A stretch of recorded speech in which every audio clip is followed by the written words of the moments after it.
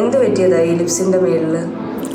ഇത് മെഞ്ഞാന്ന് upper lip wax ചെയ്ത കൂട്ടത്തിൽ ബേൺ ആയതാ, ലൈക്ക് വാക്സ് ബേൺ ആയതാണ്. മാരേജ് ആയിരുന്നു കമ്മിങ് ട്യൂസ്ഡേ.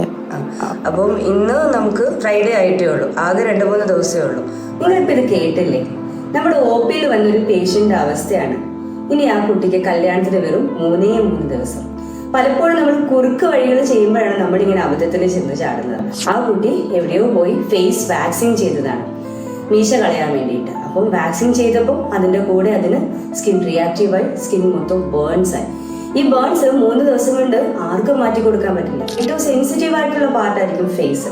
അപ്പൊ ഇങ്ങനെയുള്ള പ്രൊസീജിയേഴ്സ് ചെയ്യുമ്പോൾ ചിലപ്പോൾ ബേൺസ് ഉണ്ടാവും, സ്കാർസ് ഉണ്ടാവും, ചിലപ്പോൾ പഴുത്ത കുരുക്കൾ വരും. അപ്പം നിങ്ങളുടെ ഒരു ബിഗ് ഡേ ആണ് വരുന്നത്. ആ ദിവസത്തിന് തൊട്ട് മുമ്പ് നിങ്ങൾ ഇങ്ങനെയുള്ള കാര്യങ്ങൾ ചെയ്യുമ്പോൾ വലിയ അബദ്ധത്തിലേക്ക് വന്ന് ചാടും. ലേസർ ഹെയർ റിഡക്ഷൻ എന്ന് പറഞ്ഞിട്ടൊരു പ്രൊസീജിയർ ഞാൻ പലപ്പോഴും പരിചയപ്പെടുത്തി തന്നിട്ടുണ്ട്.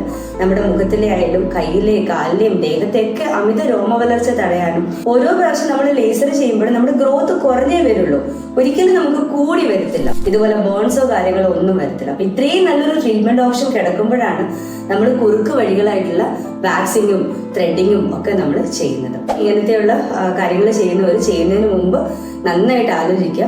നിങ്ങൾക്ക് വേറെ നല്ല ഒരുപാട് ട്രീറ്റ്മെന്റ് ഓപ്ഷൻസ് നിങ്ങളുടെ മുമ്പിലുണ്ട്. അതുള്ളപ്പോൾ കുറുക്ക് വഴികൾ ചെയ്തിട്ട് ഇതുപോലെ അബദ്ധത്തിൽ ചെന്ന് ചാടാതിരിക്കുക. Mediglow Cosmetology and Hair Transplant Center, the Lifestyle Clinic. Book your appointments now